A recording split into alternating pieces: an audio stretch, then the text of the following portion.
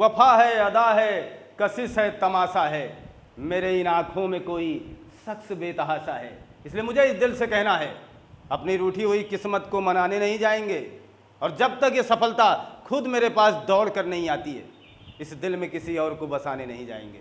जी हाँ साथियों, तब तक इस दिल में किसी और को बसाना नहीं है। जब तक ये सफलता आपको मिले ना, तब तक लगातार अनवरत रूप से अपने कार्य दायित्व का बेहतर निर्वहन करते जाना है साथियों। आइए फिलहाल एक बहुत ही प्यारा सा कंटेंट, बहुत ही प्यारी सी बातें, बहुत प्यारे से शब्दांश, बहुत ही प्यारी सी सजावट के साथ आपसे मुखातिब हो रहे हैं साथियों। आपका स्वागत, अभिनंदन इस महत्वपूर्ण कंटेंट में, जहां हम भारत के भूगोल का कई एपिसोड लगातार अनवरत रूप से आपको दे रहे हैं, जहां आप तमाम ऐसी चीज़ों का अवलोकन, अध्ययन, अध्यापन कर सकते हैं जिसके बारे में आप काफ़ी लंबे समय से कार्य क्षेत्र का निर्वहन कर पा रहे हैं। काफ़ी लंबे समय से आपकी तैयारी चल रही है। फिलहाल साथियों एक प्यारा सा एपिसोड, प्यारा सा कंटेंट, एपिसोड नंबर 13 भारत के भूगोल का, जहां हम एक बहुत ही छोटे से लम्हे में बहुत कुछ बताने वाले हैं। कावेरी नदी तंत्र का पूरा स्ट्रक्चर आपको देने वाले हैं। जी हाँ साथियों, और कावेरी नदी से बनने वाली उन तमाम प्रकार के प्रश्नों का हम जिक्र करेंगे। देखिएगा साथियों, मेरा हमेशा मानना रहा है कि हम कहीं ना कहीं अपनी संस्कृति को नहीं भूल सकते हैं। अतएव हम हर नदी के बारे में जहाँ जिसकी पौराणिक महत्व रहा है, हम उसके बारे में भी चर्चा किए हैं। माना जाता है इस कावेरी नदी का, जिसके बारे में आज हमारा एपिसोड आपसे मुखातिब है, हम मुखातिब हैं, कावेरी नदी के लिए कुछ पौराणिक गाथाएं भी हैं। उनका कहना है कि महर्षि अगस्त्य मुनि ने दक्षिण भारत में हुए भीषण अकाल को देखते हुए काफ़ी ज़्यादा विचलित हो गए थे, काफ़ी ज़्यादा यानी समस्या में रहे होंगे। ऋषि मुनि अक्सर लोगों की पीड़ाओं का निराकरण करने के लिए जाने जाते थे। उन्होंने भगवान ब्रह्मा की तपस्या की। उन्होंने कहा कि प्रभु कुछ उपाय हमें बताएं। ब्रह्मा जी कहते हैं कि इसका बहुत ही आसान तो उपाय नहीं है, लेकिन फिलहाल आप कर सकते हैं। आप कैलाश पर्वत जाइए और वहाँ से बर्फ का ऐसा टुकड़ा उठाइए जो तब तक बर्फ ना बने जब तक आप उसे किसी अच्छी जगह स्थापित ना कर दें, और ऐसा करने पर वहाँ से एक नदी की धारा निकलेगी जो दक्षिण भारत को पूरी तरीके से सींच डालेगी। अच्छा, ऐसा मानते हुए अगस्त ऋषि ने वो काम किया। उन्होंने कैलाश पर्वत पर काफ़ी समय भ्रमण किया और कुछ ऐसा करने के बाद उन्हें वो बर्फ का टुकड़ा मिला। वो लाए और बेचारे जगह ढूंढते रह गए। पौराणिक गाथाएं कहती है वो काफ़ी विचलित थे, कहाँ से इस नदी का उद्गम कराएं, और उन्होंने अपने कमंडल को जमीन पर रख दिया और आराम करने लगे। अचानक एक कौवा आता, उस कमंडल को वहीं गिरा देता है। महर्षि काफ़ी ज़्यादा विचलित हो जाते हैं कि सचमुच क्या यहीं से उद्गम होगा, और हाँ वहीं से हुआ। उस उद्गम स्थान का नाम अब देखिए, जो हमारे किताबों में वर्णित है, जहाँ से हमारे एग्जामिनर महोदय हमसे मुखातिब होते हैं। ये तो कुछ बातें आपकी पौराणिक गाथाओं को लेकर रही, जहाँ आपका श्रद्धा सुमन बरसता है साथियों। फिलहाल हम आपको ले आएंगे कर्नाटक। कहाँ ले आएंगे? कर्नाटक। कर्नाटक नाम ही देखिए कितना प्यारा है, करिए नाटक। कर्नाटक, कर्नाटक में एक पहाड़ी है साथियों जिसका नाम है ब्रह्मगिरी। ब्रह्मगिरी पहाड़ी। देखिए सारी बातों को बताना इसलिए जरूरी है और सारी बातें इसलिए हमारे लिए आवश्यक है क्योंकि ये तमाम प्रकार के प्रश्न कुछ इसी तरीके से हमसे पूछे जाते हैं साथियों, इसमें कोई दो राय नहीं है। इसलिए हम इसका एक ग्राफिकल निरूपण अपने मस्तिष्क को भी देने का प्रयास करना चाहिए और देते भी हैं। तो ब्रह्मगिरी पहाड़ी, यहाँ पर आप देखेंगे एक है, आपको एक कुंड मिलेगा जिसका नाम है ताल कावेरी। वहाँ पर एक कुंड है, तालाब है साथियों। तो ब्रह्मगिरी पहाड़ी, और यहाँ पर एक स्थान आपको मिलेगा जिसका नाम है ताल कावेरी। ताल कावेरी, यहाँ पर एक तालाब है, एक तालाब है जिसका नाम है कुंडिके, कुंडिके तालाब। ये इतनी ज़्यादा बातें हो गई जिससे आपको ये पता चले कि इसका उद्गम कहाँ से हुआ है। इसलिए मैंने ये पूरा लेखा जोखा आपको देने का प्रयास किया है साथियों। उद्गम स्थान में कुछ भी आ जाए तो बताइएगा। ताल कावेरी से हुआ है, जी हाँ हुआ है, वैकल्पिक व्यवस्था का चुनाव करेंगे हम। ब्रह्मगिरी पहाड़ी से हुआ है, जी हाँ हुआ है। तालाब का नाम क्या है? कुंडिके तालाब। यहीं से इस नदी का उद्गम माना जाता है साथियों। ये नदी कुछ इसी तरीके से कर्नाटक और तमिलनाडु में बहती हुई लगभग 760 किलोमीटर दूरी तय करने के बाद, 760 किलोमीटर दूरी तय करने के बाद बंगाल की खाड़ी में गिर जाती है। बंगाल की खाड़ी में अपना मुहाना बना लेती है। फिलहाल ये बातें स्पष्ट हो गई। यानी लगभग इसकी लंबाई कितनी मानी गई है? 760 किलोमीटर लंबाई है।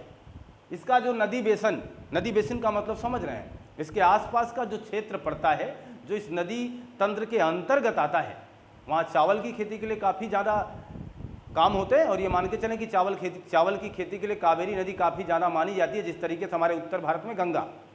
इसीलिए इस नदी को दक्षिण भारत की गंगा कहते हैं। साथियों, फिलहाल ये सारे प्रश्न आपके एग्जामिनर पूछते हैं कि दक्षिण भारत की गंगा किसे कहा जाता है।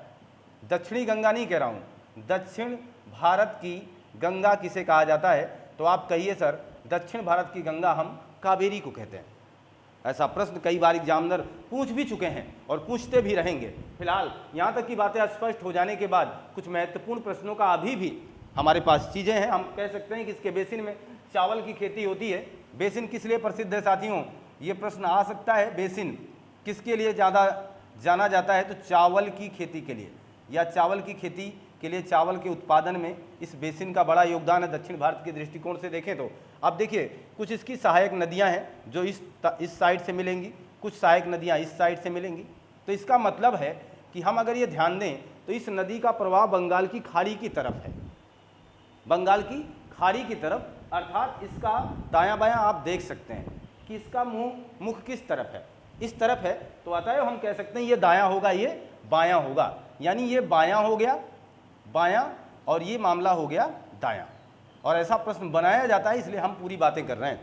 बाईं तरफ से मिलने वाली कुछ महत्वपूर्ण सहायक नदियां और दाईं तरफ से मिलने वाली कुछ महत्वपूर्ण सहायक नदियों की बात करते हैं। देखिएगा, यहाँ से अगर हम बात करें तो यहाँ आपको मिल जाएगा हेमावती। हेमावती बाईं तरफ से मिल रही साथियों, ध्यान देना, हेमावती। और अगर हेमावती के बाद ध्यान दे सिमसा, सिमसा और एक आ जाएगा अर्कावती। सिमसा और हो गया आपका अर्कावती, ये आपकी बाएं से हो गई। और अगर हम दाएं की बात करें तो काबिनी। नदियां बहुत होती हैं, फिलहाल जो महत्वपूर्ण होता है उन्हें हमें याद करने की ज़रूरत होती है। काबिनी, भवानी, पूछा जाएगा निम्नलिखित में से कौन इसकी सहायक नदी है, तो इस तरीके से कुछ महत्वपूर्ण प्रश्न आप याद रख सकते हैं। और इसका नाम है अमरावती। भवानी, अमरावती और एक नदी और आप याद रखेंगे दाईं तरफ से मिल रही है, जिसका नाम है लक्ष्मण तीर्थ। लक्ष्मण तीर्थ नदी, ये महत्वपूर्ण इसकी सहायक नदियों की बात हो गई साथियों। और यहाँ से प्रश्न बन जाते हैं, वाकई में बनते भी हैं। तो इन चीज़ों के बारे में जानकारी हो जाने के बाद कुछ महत्वपूर्ण शहरों की भी बात हम कर लेते हैं कि कौन से महत्वपूर्ण शहर इस नदी के किनारे बसे हुए हैं। तो उसमें से कुछ बातें हम आपके सामने रखेंगे। जैसे एक साथी आपको बता दूं मैं, तिरुचिरापल्ली, तिरुचिरापल्ली, ये नाम आपने सुना होगा। श्री रंग स्वामी मंदिर, श्री रंगनाथ का मंदिर है यहीं पर, श्री रंगनाथ स्वामी का मंदिर इसी शहर में है, कह सकते हैं तिरुचिरापल्ली में श्री रंगनाथ स्वामी का मंदिर है। और ये शहर किस नदी के किनारे बसा हुआ है, तो कहिए सर कावेरी नदी के किनारे बसा हुआ है। श्रीरंगपट्टनम का नाम आपने सुना होगा, श्रीरंगपट्टनम भी इसी नदी के किनारे बसा हुआ है। श्रीरंगपट्टनम भी इसी नदी के किनारे बसा हुआ है। आपने तंजाउर का नाम सुना होगा, तंजाउर ये भी इसी नदी के किनारे बसा हुआ है। तंजाउर में ही बृहदेश्वर मंदिर है साथियों, बृहदेश्वर मंदिर। तो इन तमाम बातों का आपके लिए जानकारी जरूरी है, क्योंकि ये प्रश्न आपसे पूछे जा सकते हैं। बृहदेश्वर मंदिर किस नदी के किनारे है, या तंजौर किस नदी के किनारे बसा हुआ है, या फिर तिरुचिरापल्ली किस नदी के किनारे बसा हुआ है, या फिर श्री रंगनाथ स्वामी का मंदिर किस नदी के किनारे है। तो इस तमाम प्रकार के प्रश्नों का जवाब हम तब दे पाएंगे जब इसका हम एक बेहतर निरूपण अपने मस्तिष्क को दे पाते हैं। कावेरी नदी से जुड़े हैं तो इनके साथ इन चीज़ों को सोचेंगे तो चीज़ें हमारे पास रहेंगी, पक्की बातें हैं। देखना, ये जरूरी बातें थी। अब देखना, कुछ जलप्रपात इसने बना रखा है, वाटरफॉल जिसे आप कहते हो। आपने सुना होगा शिव समुद्रम जलप्रपात, कई बार एग्जाम में पूछा भी गया, हमारे कर्नाटक में है। और शिव समुद्रम नाम से एक परियोजना भी है आपके कर्नाटक में। दोनों ही इस नदी से ही संबंध रखते हैं। इसका तात्पर्य है कि हम एक के साथ एक फ्री ले जाएंगे। एक के साथ एक फ्री ले जाने का मतलब हुआ कि अगर हम जलप्रपातों की बात करें, अर्थात स्पेस की बात करें, तो मैं चाहता हूं यही सारा काम हो जाए हम लोगों का। हम जलप्रपात की बात कर लेते हैं। जलप्रपात इस नदी पर कौन कौन सा है, तो एक हमने बात किया शिव समुद्रम। आप शिव समुद्रम याद रखेंगे, कहाँ है, तो कर्नाटक में। शिव समुद्रम जलप्रपात आपको मिल जाएगा कर्नाटक में। और अगर हम बात करें होगेनक्कल जलप्रपात, यह भी एक वाटरफॉल है, जलप्रपात। ये आपको मिल जाएगा तमिलनाडु में साथियों। ये बेहतर बातें हुई। तो हम जलप्रपातों की श्रेणी में दो जलप्रपात बहुत ही महत्वपूर्ण है, हम इन्हें याद रखेंगे। एक तो हमने बात कर ली शिवसमुद्रम की, एक हमने बात कर ली होगेनक्कल की। होगेनक्कल आपको तमिलनाडु में मिलेगा और शिवसमुद्रम आपको कहाँ मिलेगा, यहाँ। तमिलनाडु की जीवन रेखा किस नदी को माना जाएगा, तो फिर आप कावेरी कह सकते हो, उसमें कोई दो राय नहीं, क्योंकि काफ़ी कुछ निर्भर करता है। तमिलनाडु की आर्थिक स्थिति भी इससे मजबूत होती है, कर्नाटक की भी। अब हम बात कर लेते हैं, आगे समझिएगा। ये नदी वाकई में कुछ खास है और आगे चल करके 3 बार साथियों, कितनी बार, 3 बार 2 धाराएं बनाती है, 3 बार 2 धाराएं बनाती है। इसका तात्पर्य हम आपको क्या बताना चाहते हैं, जैसे कोई नदी है और इस तरीके से बहे, एक बार इस तरीके से 2 धारा बना ले, अच्छा फिर ठीक है कोई बात नहीं, फिर आगे जाके मिल जाए, फिर आगे चले, फिर कभी मिलके 2 धाराएं बना ले, फिर कुछ दूर बहे, फिर इसके बाद 2 धाराएं बना ले। तो इस तरीके का जो ये धारा बनाने का इसकी प्रक्रिया है, वाकई में बहुत खास नदियों के साथ ऐसा होता है। ब्रह्मपुत्र के साथ आपने देखा है, मांजुली द्वीप वगैरह आप पढ़ करके आए हुए हैं। इसका तात्पर्य है कि इस नदी ने भी 3 महत्वपूर्ण द्वीपों का निर्माण कर दिया है। एक तो ये देख लीजिए, एक बार ऐसा हुआ, एक बार ऐसा हुआ, एक बार ऐसा हुआ। तो इस प्रकार इसने भी द्वीप बनाए, 3 बार 2 धाराओं में बनाती है और नदी द्वीप का निर्माण कर देती है। जैसे एक नदी द्वीप आपका हो जाएगा श्रीरंगपट्टनम। श्रीरंगपट्टनम आपको कहाँ मिलेगा, कर्नाटक में। ये नदी द्वीप की बात कर रहे हैं साथियों, कर्नाटक में। शिवसमुद्रम, बड़ा आसान है, एक बार शिवसमुद्रम याद करो तो कर्नाटक का ही नाम आएगा। शिवसमुद्रम नदी द्वीप, ये भी नदी द्वीप है, ये भी कहाँ है, आपके कर्नाटक में। और श्रीरंगद्वीप, श्रीरंगद्वीप ये मिलेगा आपको तमिलनाडु में। साथियों इतना प्यारा सा कंटेंट है, मुझे लगता है कि आपको ये चीज़ें अगर थोड़ा बहुत मिस आउट भी होगी तो आप सुन रहे हैं हमारी बातों को, आप लिख सकते हैं, क्योंकि हमारे पास थोड़ा सा स्पेस कम था तो हमने शायद स्पेस के मामले में थोड़ी सी कंजूसी की है। तो श्रीरंगपट्टनम कहाँ मिलेगा, कर्नाटक में, नोट कर सकते हैं।